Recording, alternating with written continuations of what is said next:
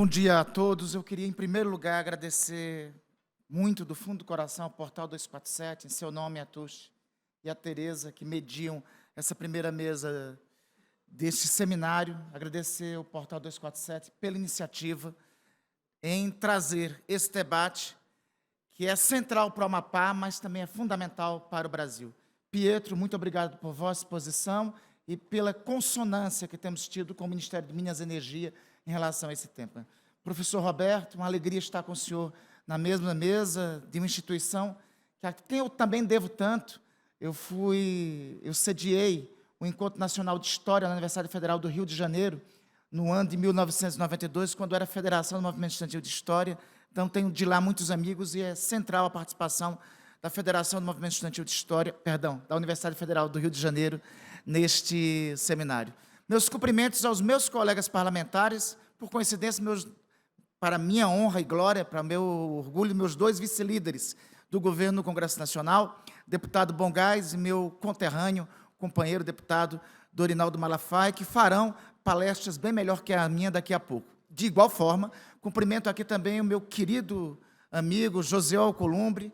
Em seu nome, cumprimento o presidente Davi Alcolumbre, que não está aqui por circunstância, está acompanhando o presidente da República em visita ao Japão, mas José é o primeiro suplente de Davi também, então o cumprimento também como parlamentar e sei também do envolvimento que o José tem como presidente do Sebrae Amapá em relação a esse tema. Quero cumprimentar todos os pesquisadores aqui presentes, Cláudio Xelala, meu querido amigo Charles Xelala, que será a obra citada aqui, mas em especial é motivo de muita alegria e honra para todos nós, temos a presença aqui de Maria Alegrete. Maria Alegrete, junto com Chico Mendes, foi quem trouxe luz à ideia de reservas extrativistas, quando isso era uma palavra complicada, em final dos anos 1980 e início dos anos 1990. Quando não se falava em desenvolvimento sustentável, Mari foi uma das primeiras brasileiras a falar sobre o tema. A presença sua aqui, Mari, nesse debate é uma fortaleza do que nós compreendemos como sustentabilidade. Nós temos presente aqui, nesse debate, alguém que, junto com Chico Mendes, trouxe os conceitos modernos sobre o que é sustentabilidade e preservação da Amazônia. Então, é com muito orgulho, muita alegria ter vossa presença aqui. Quero cumprimentar também meu querido Amiraldo Favacho, em seu nome, o Tribunal de Contas do Estado do Amapá, e a Roberta, vereadora da nossa primeira capital, falei sobre ela ontem, professor Roberto, a cidade de Amapá, a antiga cidade de Montenegro, Vila do Espírito Santo do Amapá, que talvez, depois de ter sido nossa primeira capital em 1943, com, se Deus quiser, a pesquisa e depois a exploração do petróleo, vai ter sua fase de redenção, já que é um dos 3 municípios confrontantes. Em seu nome, saúdo todos os vereadores que participam, acompanham esse seminário pela transmissão da TV 247. E, por fim, cumprimentar os reitores das universidades, a comunidade acadêmica toda, em nome da minha querida colega de mestrado em política pública, professora Kátia Paulino. A Kátia esqueceu de dizer que, dos alunos do mestrado, ela era a mais brilhante, eu, às vezes, tinha que me recorrer e socorrer junto a ela. É uma alegria tê-la aqui nesse debate também. Então, eu não vou... A boa parte do que foi a vantagem de estar em terceiro na ordem de fala é porque boa parte das argumentações o Pietro e o governador Clécio apresentaram. Uma delas sobre o Amapá, que já foi dito aqui o que é a nossa terra.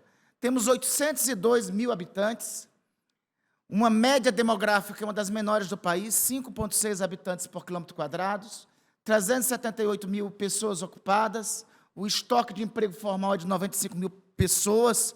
Nós já tivemos, na década anterior, a maior taxa de desemprego do Brasil. Tem muitas ações do governo do presidente Lula, do governo Clécio, que tem recuperado a geração de emprego no Brasil, mas ainda temos 36 mil desocupados. É importante destacar esse dado: 123 mil amapaenses recebem 123 mil famílias amapaenses recebem Bolsa Família, ou seja, quase 50% de nossa população depende dos programas sociais gerados pelo governo federal. Temos um PIB de 23,6 bilhões de reais, e me permita aqui adiantar o que deverá ser dito por um expositor melhor do que eu, daqui a pouco, que é o professor Charles Chelala, que tem uma obra que muito bem dignifica e sintetiza o que é o Amapá, que é o papel do Estado na socioeconomia amapaense. Eu vou tirar só a citação aqui, que ele destaca na obra. No Amapá, o eixo dinâmico da economia é o poder público. Isso não existe em nenhuma economia, professor Roberto, me corrija se estiver errado, nenhuma economia dos últimos 200 anos desenvolveu a partir do poder, com a matriz de desenvolvimento econômico, sendo apenas a geração de emprego pelo poder público. O sonho do Amapá, o Amapá foi criado como território federal em 1943 e elevado à condição de Estado em 1988. O sonho, desde Janari Gentil Nunes, nosso primeiro governador, nomeado em 1943, era a mudança da matriz de desenvolvimento econômico do Amapá. O que representa para nós, do ponto de vista estratégico e histórico, o horizonte de uma nova matriz de desenvolvimento é realizar o sonho da fundação do território federal do Amapá em 1943. Fomos criados como território federal em 1943, mas eu sempre costumo dizer, e é importante aqui destacar, porque eu falarei disso mais adiante. Nós somos uma parte geográfica deslocada do subcontinente sul-americano. Nós estamos, o que alguns chamam, indevidamente do ponto de vista geográfico, no platô das Guianas. Vamos ser mais exatos, na região das Guianas. A fronteira existente da margem direita do rio Essequibo, à margem esquerda do rio Amazonas, é uma fronteira criada pela colonização europeia. Um povo que viveu há 7.000 anos, chamado Arawak, não conhecia essa fronteira. Era um lugar único de diálogo e de conexão entre esse povo. Foram as disputas europeias, no século XVI, no século XVII e no século XVIII, que estabeleceu essa região dividida em Guianas, que inclusive o nome, já tinha dito ontem, vem dos Arawakes, terras de muitas águas.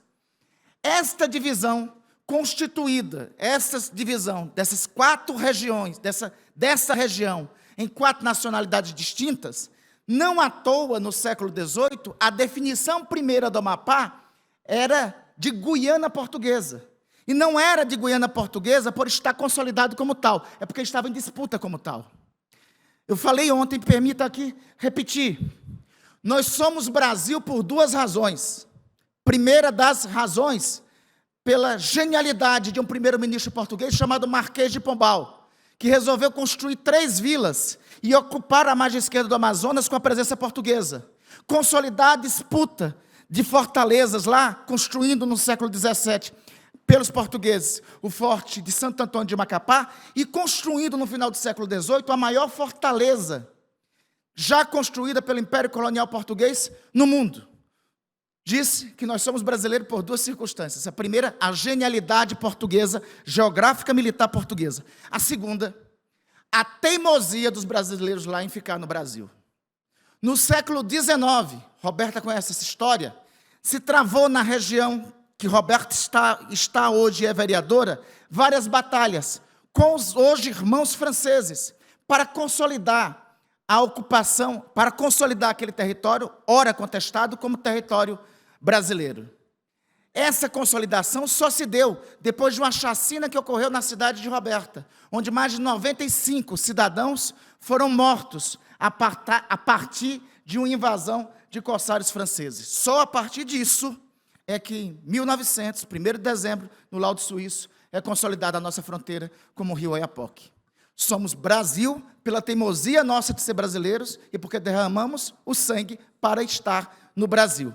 É por isso, e é por esta circunstância, que é importante conhecer essa evolução histórica.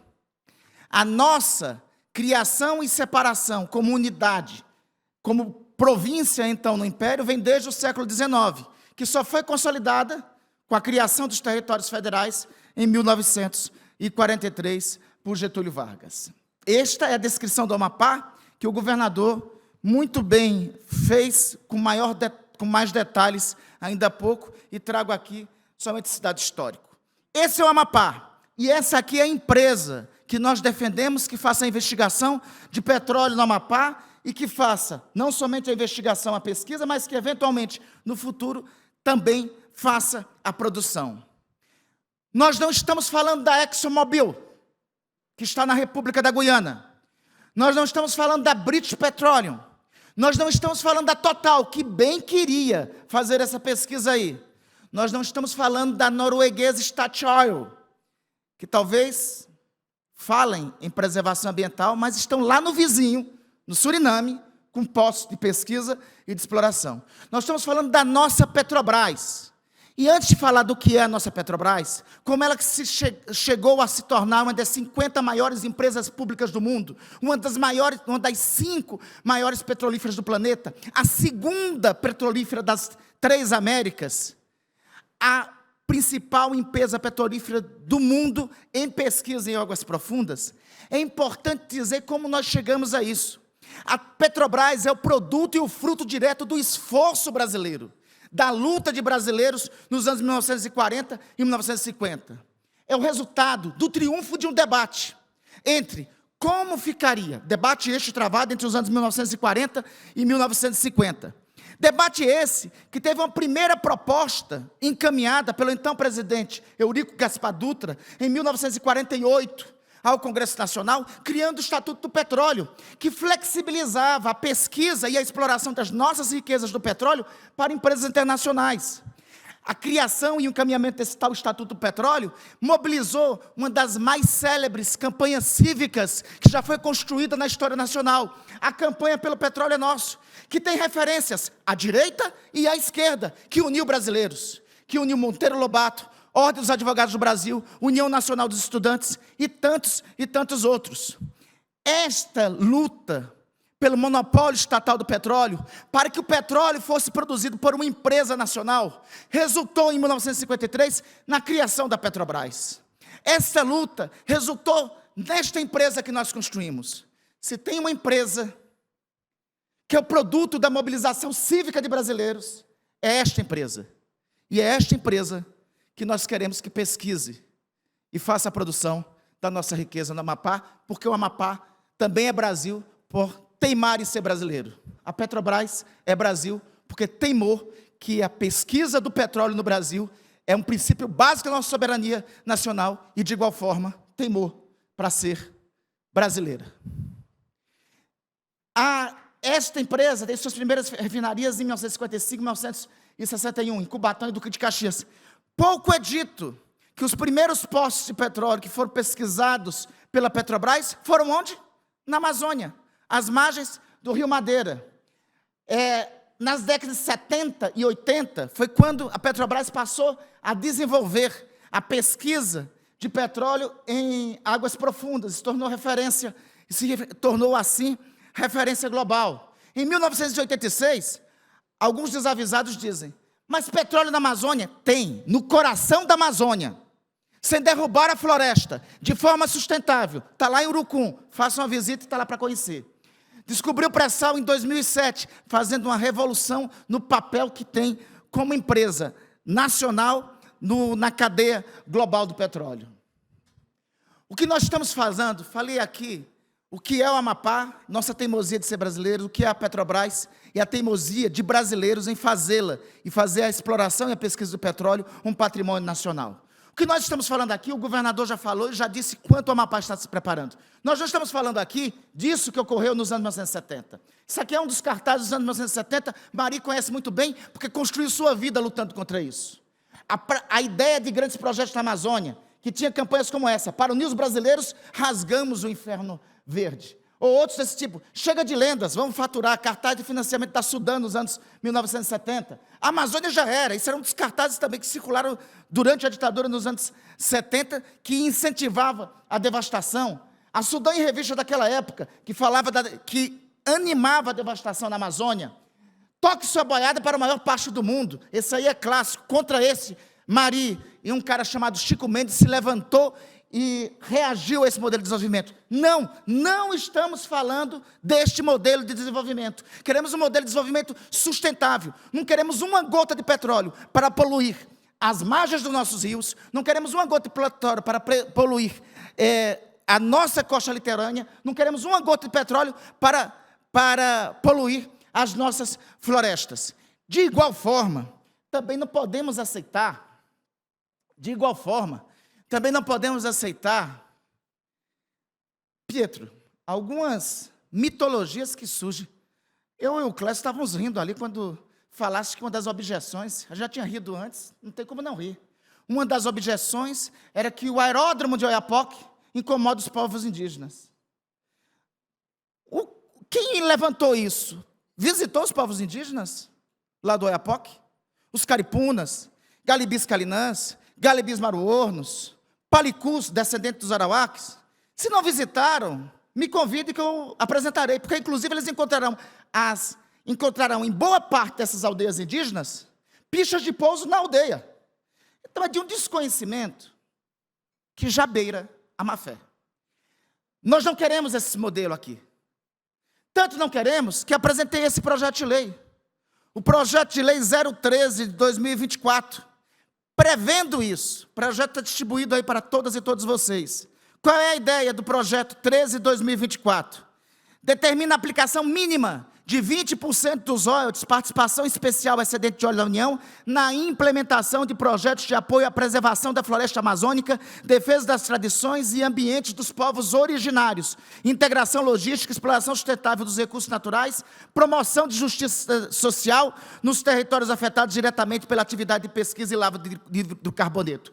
Eu passei os cartazes dos grandes projetos, nós vivemos a experiência dos grandes projetos. Marisa sabe disso, Charles sabe disso, Cláudia sabe disso. De lá, teve a exploração do manganês com a Bitumen Steel Corporation, com a ICOME, que tinha um contrato de exploração de 50 anos, em 30 anos explorou nossa jazida. Essa jazida hoje é reserva estratégica lá de manganês. Tem a experiência do projeto Jari, então conhecemos de grandes projetos. É por isso que saudamos que a empresa seja a Petrobras, porque é uma empresa que fica aqui no Brasil e que tem identidade e compromisso histórico com esse país, porque nasceu, repito, de uma mobilização cívica de brasileiros. Por isso que defendemos que seja a Petrobras, e por isso que, além de toda a preparação que o governador já apontou aqui, apresentamos este projeto de lei aqui, que eu quero aqui agradecer de público a primeira inspiração desse projeto de lei, do meu companheiro Jean Paul Prats, ex-senador da República, ex-presidente da Petrobras, para exatamente mediar essa discussão. É possível e necessário, pela transição energética e pelo que os próprios royalties do petróleo vão gerar, que essa pesquisa seja ambientalmente correta. Que não somente a pesquisa, como também, posteriormente, a eventual exploração. Na década, já foi dito isso, e essa é uma das razões porque também queremos, na década de 2030, o Brasil, já foi dito aqui pelo Pietro, com muita concretude, com muitos detalhes, 2030 a 2040, nós passaremos a ser importador. Até para fazermos a transição energética, nós necessitamos ter novas reservas. Então, é fundamental para o Amapá, para mudar a matriz de desenvolvimento, para girar riquezas para comunidades locais, como já foi dito pelo governador, mas é indispensável também para o Brasil. Já foi dito aqui também, o Brasil possui uma matriz energética muito mais limpa que a matriz energética do padrão ambiental. Então, toda a União Europeia nem concorre conosco, 49% de nossa matriz energética é matriz energética limpa, muito maior do que a média norte-americana, que a média chinesa, e muito maior que a União Europeia. No total, menos de 20% das emissões no Brasil são do setor de energia. É importante esse slide aqui, para também desfazer alguns mitos. A gente fala 540 quilômetros da foz do rio Amazonas. 540 quilômetros. Quem já fez São Paulo e Rio, sabe que é uma distância menor que essa. É uma distância maior que São Paulo e Rio de Janeiro. A Tuxi me lembrava ontem. É maior que Brasília até Uberlândia. Nós estamos falando em águas profundas no limite do nosso mar territorial, a 175 quilômetros da costa. Aliás, sabe de onde está mais perto? Está mais perto de um posto de pesquisa francês, da Total, que está a 50 quilômetros destes. Aliás, esse é um outro aspecto, parece, não sei se está aqui o outro slide, eu acho que não está aqui o outro slide. Essa aqui é um outro, não, ficou faltando aqui um slide, que eu vou tentar fazer o uso aqui. Como eu disse, é uma região só. Nós temos ali o limite com a Guiana Francesa, Deixa eu ver se eu encontro outro mapa. Pronto, esse outro mapa aqui está melhor. Né? Nós tínhamos um mapa mais detalhado, que esse mapa mais detalhado talvez tenha maiores e detalhadas informações. Né? Essa região que vai daqui, como eu já disse, na República da Guiana, da margem direita do rio Essequibo até a margem esquerda do rio Amazonas, é uma região só. É a região das Guianas. Não existe a hipótese de que não se tenha pesquisa ou que não se tenha exploração. Sabe por quê? Por uma razão. A exploração já está acontecendo. Não tem... Ontem, o almirante que estava conosco me destacou muito bem. Não tem, a fronteira é uma invenção europeia aqui nas Américas. Não existe fronteira no mar. A República da Guiana já destacou e já explorou mais de 36 bilhões de barris de petróleo. A economia da República da Guiana cresceu mais de 46%. O Suriname já está fazendo pesquisa, já fazendo exploração, e da mesma forma a economia surinamesa está crescendo. E lá, gente, lá não é a Petrobras. Lá é a ExxonMobil, essa sim, tem tradição já, tem a Petrobras nos seus 73 anos, nunca teve nenhuma experiência de acidente, sobretudo com pesquisa e exploração em águas profundas. A ExxonMobil, lá na República da Guiana, sim. Nessas outras, tanto na República da Guiana quanto no Suriname, é a ExxonMobil, é a British, é a Statoil, norueguesa, essas já estão pesquisando, já estão explorando em toda a região das Guianas. Por óbvio, a mesma pesquisa e o mesmo petróleo que nós temos lá, já estão sendo pesquisados, já está sendo pesquisado e já está sendo explorado. Não é que a pesquisa ou a exploração não venha acontecer, não está acontecendo para nós brasileiros. Para empresas petrolíferas norte-americanas e europeias, essa pesquisa e essa exploração já está acontecendo, inclusive podendo se apossar do óleo que poderia estar sendo pesquisado e explorado pela Petrobras. É por isso que não consideramos razoável os termos do debate. Nós não queremos deslocar esse debate 1 centímetro sequer do espaço da ciência. Aliás, o papel que cumprimos, sobretudo no período passado, sabe qual é o papel e a importância da ciência em todos os campos do conhecimento humano. E é por isso que eu acredito no bom senso. E o bom senso, por todas as providências que já foram tomadas, é que essa pesquisa venha ocorrer o quanto antes e, ocorrendo a pesquisa, seja consolidada a necessidade dessa exploração, que significa algo central, uma revolução para o Amapá, necessário para o Brasil e indispensável para a transição energética para novas formas de energia que nós queremos liderar no mundo. Então, é para ser responsável ambientalmente e, sobretudo, para gerar riqueza para os povos que vivem nessa região, assolados pela pobreza, e, sobretudo, para reafirmar a soberania nacional por razões óbvias que todos os outros, dos nossos vizinhos, já estão fazendo essa exploração.